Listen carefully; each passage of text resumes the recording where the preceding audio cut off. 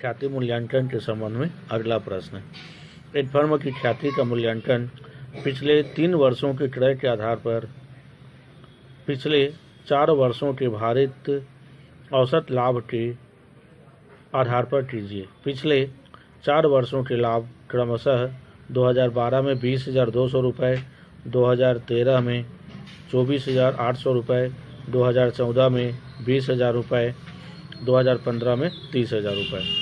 इन पर भार क्रमशः 2012 में 1, 2013 में 2, 2014 में 3, 2015 में 4। अन्य सूचनाएं इस प्रकार से है।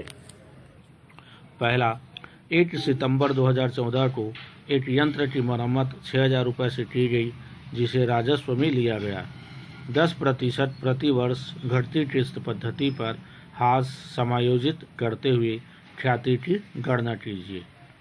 दूसरा पॉइंट, वर्ष 2013 में अंतिम स्कंध का मूल्यांकन 2,400 रुपये से अधिक किया गया।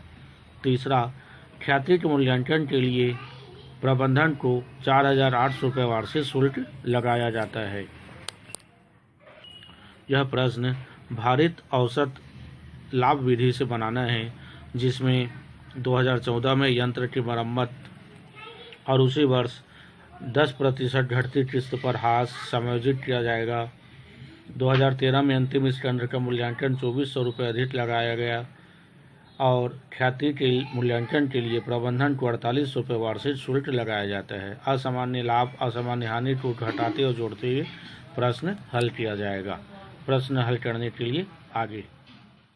इस प्रश्न में औसत लाभ भारित विधि से निकालना, मतलब ख्याति की गणना भारित औसत लाभ विधि के आधार पर करना है।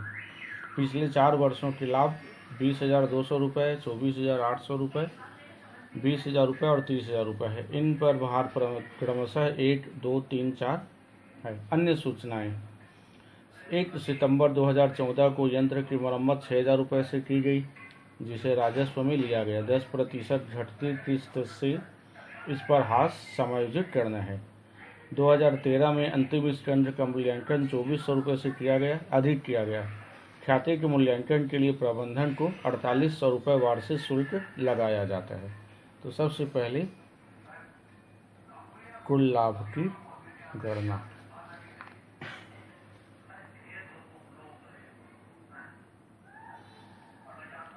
वर्ष 2012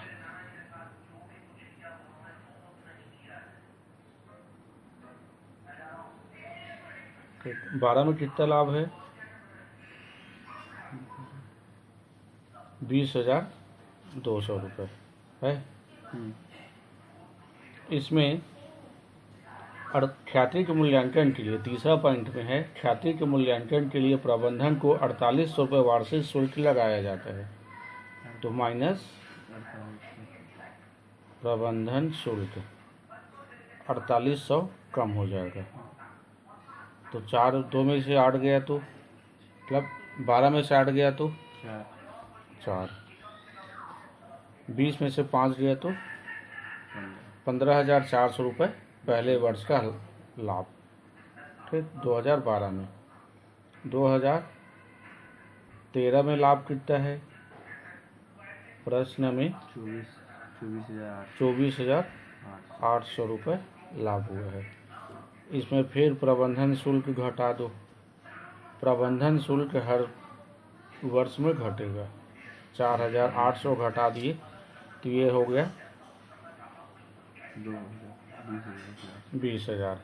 अब इसी में बोल रहे हैं 2013 में अंतिम स्कंध का मूल्यांकन 2,400 रुपये से अधिक किया गया है। तो माइनस मूल्यांकन अधिक किया गया मतलब लाभ ज़्यादा हुआ है ना, तो 2,400 रुपये कम हो जाएगा।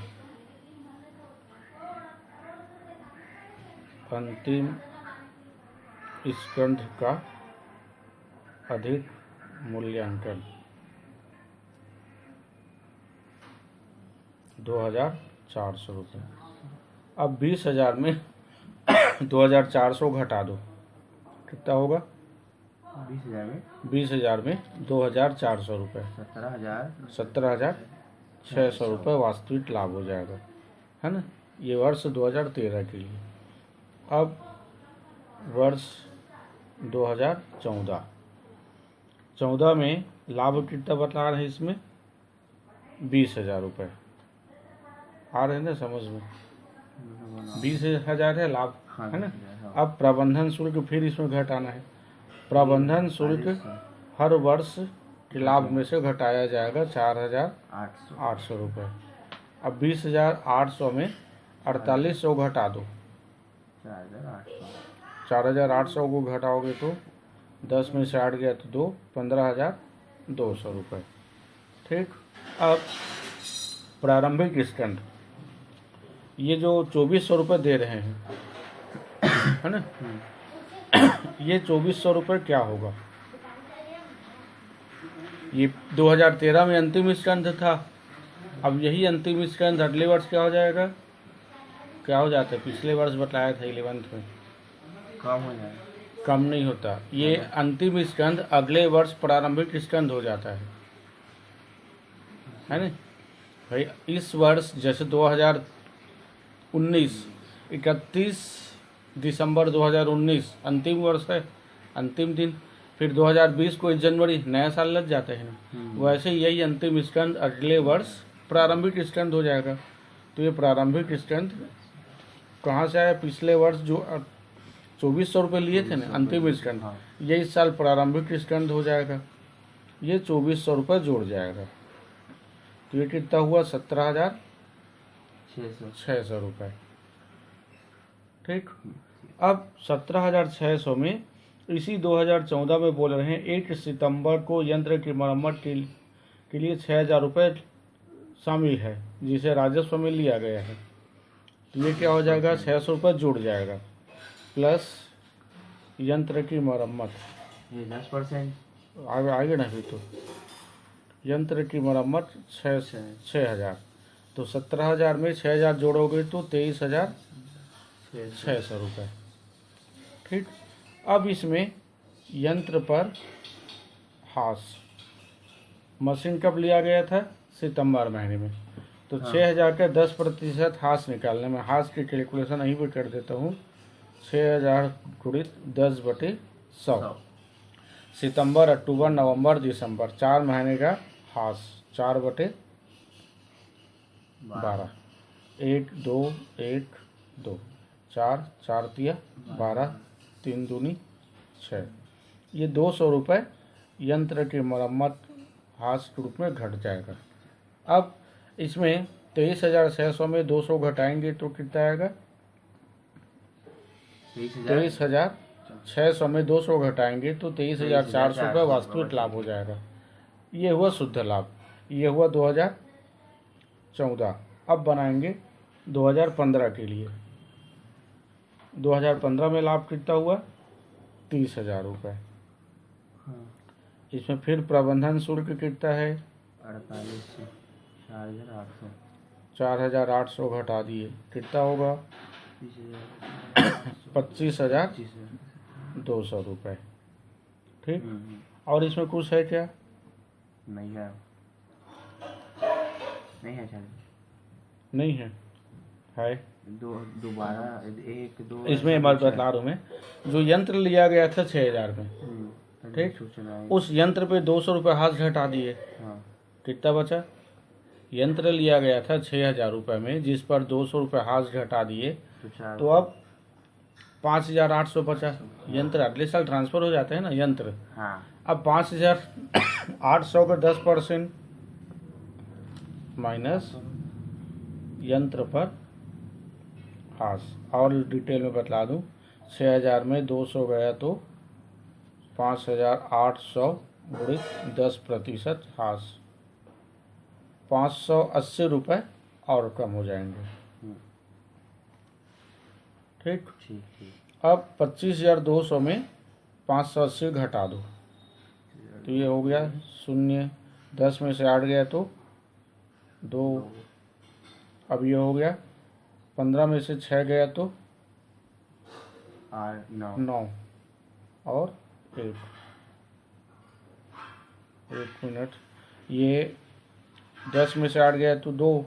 ये 12 में से 6 गया तो 12 में से 6 गया तो 6। 6, इसमें 25 है ना। अब 8 वापस, तो 24,620 रुपये वास्तविक लाभ होगा।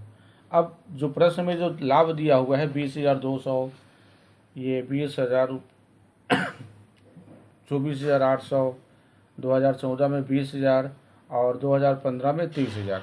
अब इसका वास्तविक लाभ आता है 15,400, 17,600, 23,400 और 24,620 रुपये। ये वास्तविक लाभ निकल आया। अब इसी को भार में देना है।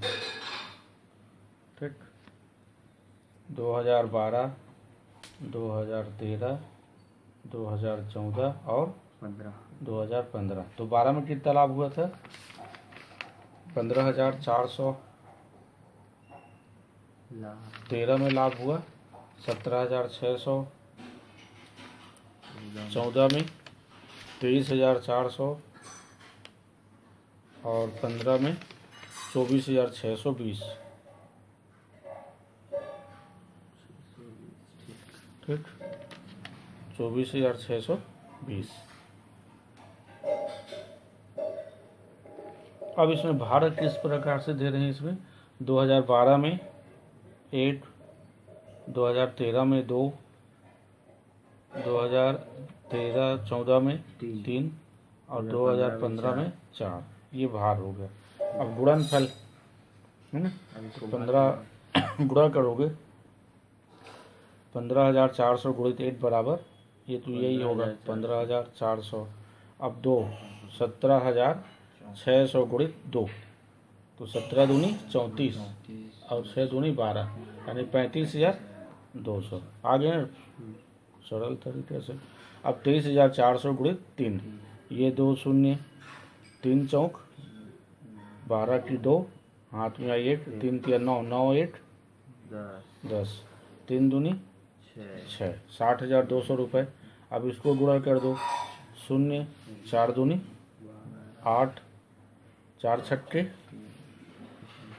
24 की 4 हाथ में 2, 4 चौक 16, 16 2 18, 8, 4 दूनी 8, 8 है 7 हो हैं 7। एक बचा था इसमें 3 या 9 1 10, 3 दूनी 6 1 7। हाँ ठीक, 7। भाई ठीक, 3 के 9 8। ठीक है, यही गलती समझ में आता है।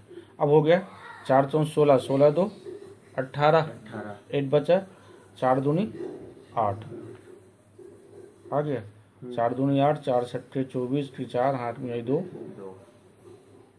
4 चौक 16 2 18, 4 दूनी 8, 8 है 9, तो 9 हो जाएगा है ना।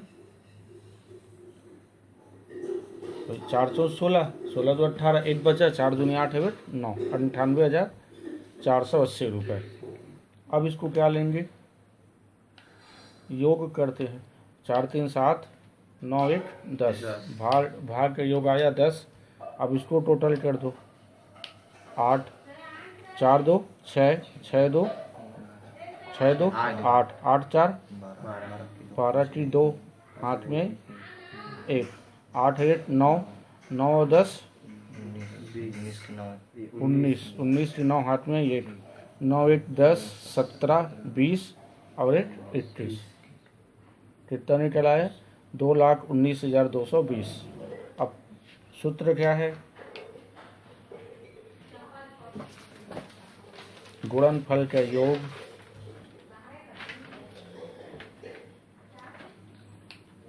बटे भार का योग है ना।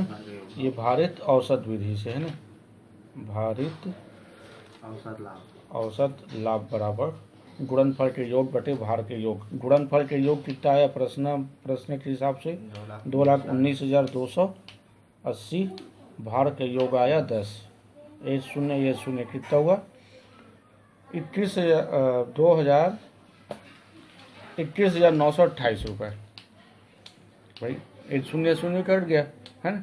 तो 2,19,280 में 10 का भाग देने पर कितना निकल आया? भारित औसत लाभ 21,928 रुपये। अब ख्याति के लिए क्या है सूत्र? भारित औसत लाभ गुणित क्रय वर्ष। क्रय वर्ष कितना है प्रश्न में? भारित औसत 21,928 गुणित भारित औसत लाभ के 4 वर्ष गुणित 4। अब 4 का गुणा कर देंगे, है ना?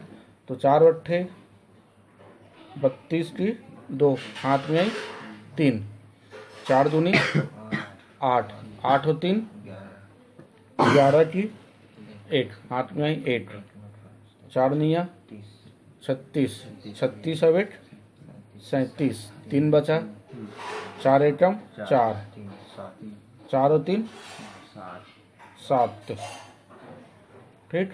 अब 4 दूनी 8, 87,712 रुपये 88, हाँ ठीक है। ठीक। यह हुआ उत्तर।